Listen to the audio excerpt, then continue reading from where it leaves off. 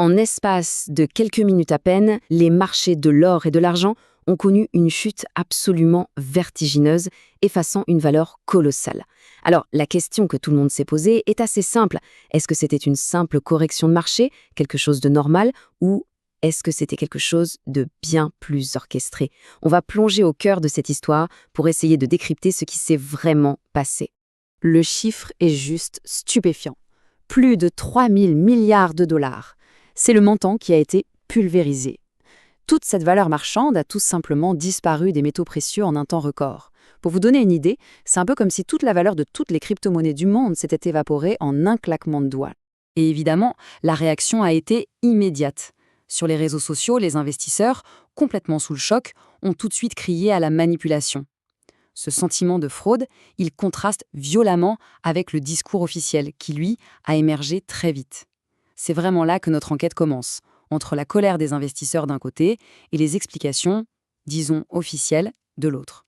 Alors voilà, d'un côté, on a l'histoire officielle qui nous parle de prise de bénéfices logique, de la peur d'un changement à la tête de la Réserve fédérale, et bon, d'une simple volatilité.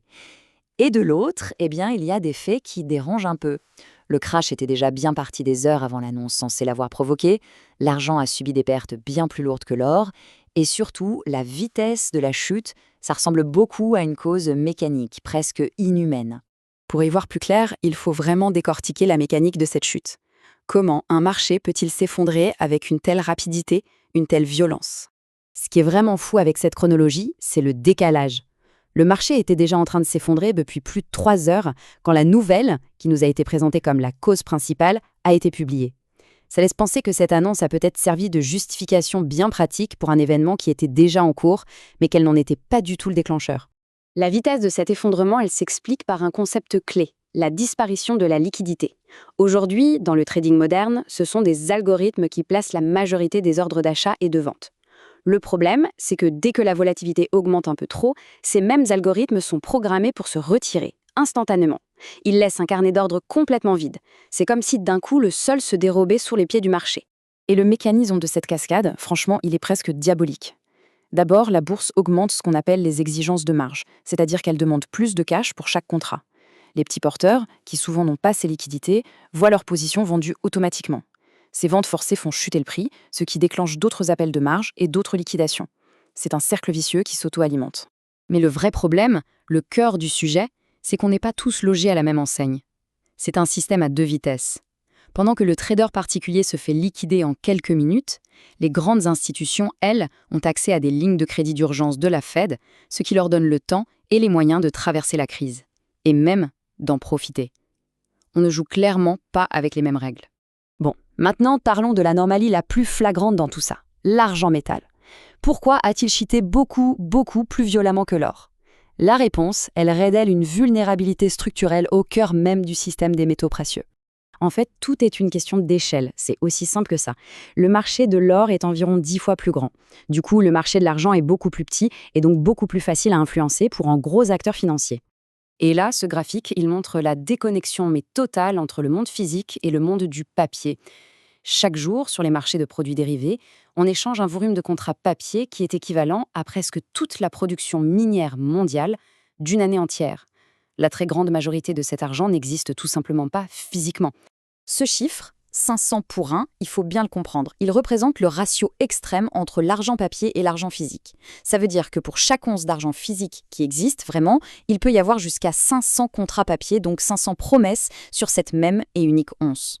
C'est cet effet de levier monstrueux qui est le principal outil pour influencer les prix. Et ça nous ramène à une dynamique historique. L'or, c'est le métal des banquiers, des États, détenu en masse dans les coffres des banques centrales. L'argent, c'est plutôt la monnaie du peuple, plus accessible, détenue par beaucoup de particuliers. Et cette dynamique en fait une menace potentielle pour l'ordre financier établi, et donc une cible parfaite pour ceux qui veulent supprimer la concurrence aux monnaies classiques. Jusqu'ici, on a parlé de mécanismes, de théories. Mais que se passe-t-il quand la manipulation n'est plus une simple suspicion, mais un fait documenté, sanctionné par la justice? Là, on passe à un autre niveau. On quitte la théorie pour entrer dans le domaine des preuves. Alors, la tactique criminelle numéro 1, ça s'appelle le spoofing. En gros, c'est de la tromperie. Un trader place un ordre de vente massif pour faire croire au marché qu'une grosse vague de vente arrive, et donc faire baisser le prix.